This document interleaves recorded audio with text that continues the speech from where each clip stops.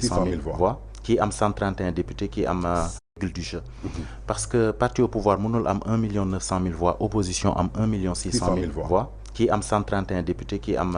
35 députés donc je pense que à ce niveau-là il y a problème donc loolu dañ ko war a seetaat non pas parce que on est en train de leur dénier leur victoire parce que règle de jeu yi fii lañ ko fekk on a joué avec ces règles-là on les a acceptées ils ont gagné on les félicite mais pour que la démocratie soit encore beaucoup plus représentative parce que s'il y a 1 600 000 personnes qui votent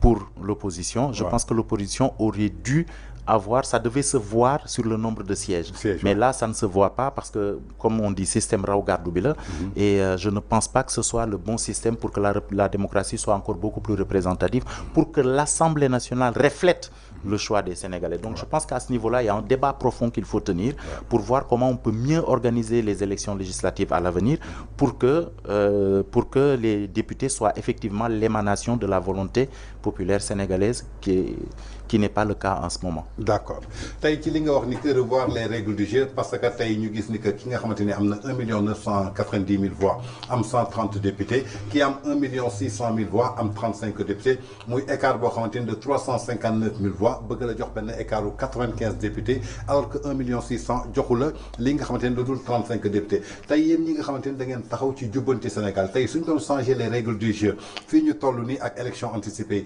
yéen ban proposition ngeen mën a indi pour que ñu changer les règles du jeu pour que ñu am plus de représentativité jëmale ko ci wàllu légitimité ak li nga xamante ne maanaam mooy ñogal démocratie. Mais en fait il faut retourner au système qu'on avait auparavant c'est le système proportionnel je pense que bi mu fi jógee yàggul Macky Sall moo ko fi jëlee et je pense que ñi nga xam ne ñoo fi toog tey bi ko fi Macky Sall jëlee kaas nañ ko donc ils sont venus li nga xamante ni moom lañ doon kaas moom la ñu doxalee parce que moo leen arrangé donc muy wane ni les gens ne se sont pas véritablement battus pour la maturité de la démocratie sénégalaise ils se sont battus pour leurs intérêts la preuve bi ñu ñëwee au pouvoir fekk ko fi newuñu ne lii kat duñ ci dem parce que c'est pas représentatif de la démocratie sénégalaise c'est pas une réforme consolidante de la démocratie nañ ko fi jëlee déedéet defuñu ko dañoo ñëw profiter ci donc ce qui veut dire que ñoom liñ doon kaas seen intérêt la mais c'est pas pour la démocratie sénégalaise et c'est là où maintenant il y a un problème fondamental au niveau de l'homme politique sénégalais c'est-à-dire l'homme politique sénégalais est-ce qu'il se bat pour le Sénégal est-ce qu'il se bat pour un lendemain meilleur est-ce qu'il se bat pour la progéniture sénégalaise pour l'avenir du Sénégal pour les Sénégalais de demain ou est-ce qu'il se bat pour son confort personnel aujourd'hui et maintenant foofu le problème bi nekk en fait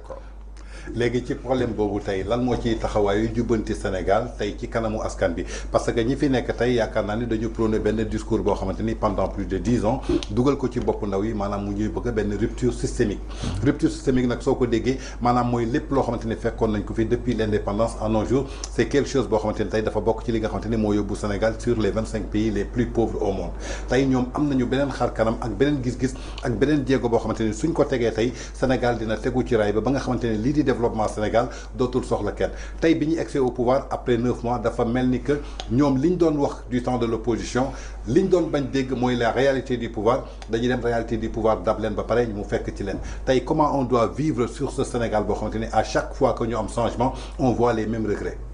Alors mais parce qu'il n'y a pas véritablement eu de transition. Parce que quand il y a un changement mooy da nga jël nit moo fi nekkoon nga jëlee ko fi teg ko fi mais la transition se passe à l'intérieur des personnes c'est-à-dire ki nga xamante ni moom nga fi fekk c'est-à-dire l'administration sénégalaise il faut que ñu accepter que ni ñu daan fonctionner waratuñu fonctionner noonu donc il ne s'agit pas tout simplement de prôner un discours parce que il y a une grande différence entre prôner le discours et appliquer le discours d'abord la question fondamentale et c'est là où moi je n'ai jamais été d'accord avec eux est-ce que le discours est applicable déjà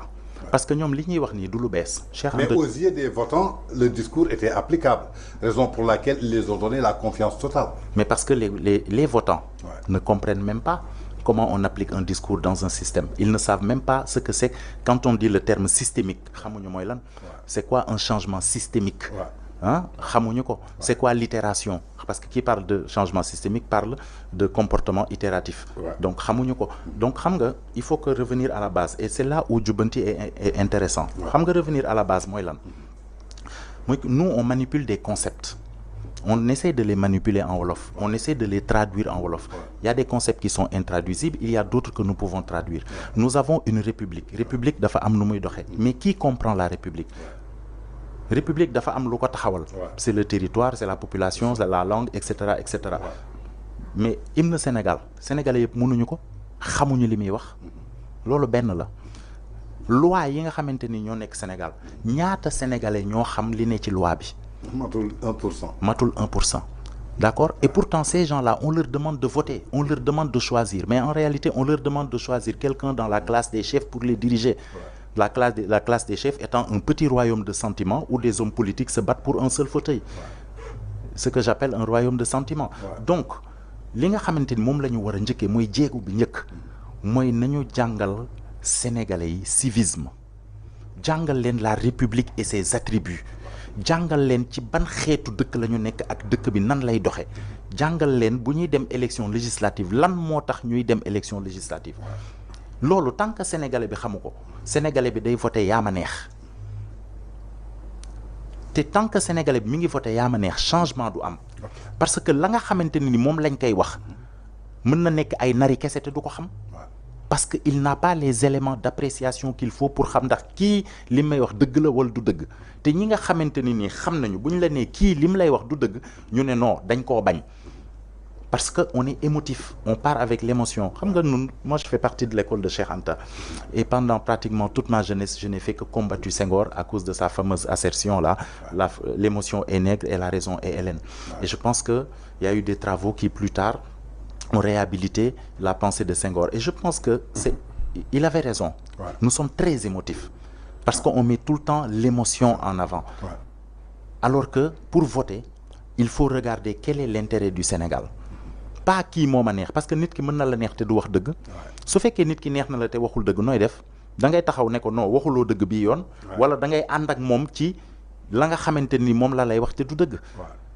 Donc, question, il faut la nekk. Et voilà les problématiques fondamentales du Sénégal. Maintenant, nous, ce que nous indi en tant que contribution, c'est d'abord de participer à l'éveil d'une nouvelle conscience sénégalaise. C'est-à-dire, enseigner aux Sénégalais lan moy république. Ñi nga xamanteni xamuñu ko ñi ko xam mom xayrun baxna mais ñi nga xamanteni xamuñu ko parce que les statistiques sont claires et c'est effarant parce que le dernier recensement limu woné moy sénégalais amna ay 8 millions sénégalais yu fi nek yo xamni mësuñoo jang du école nasaran bi du dara du alcorane janguñu métier lolu la statistique yi woné et c'est effarant c'est énorme et ces gens-là en majorité ils ont entre 15 et 35 ans et c'est cette jeunesse-là désœuvrée qui cherche du travail mais qui ne peut pas s'insérer dans le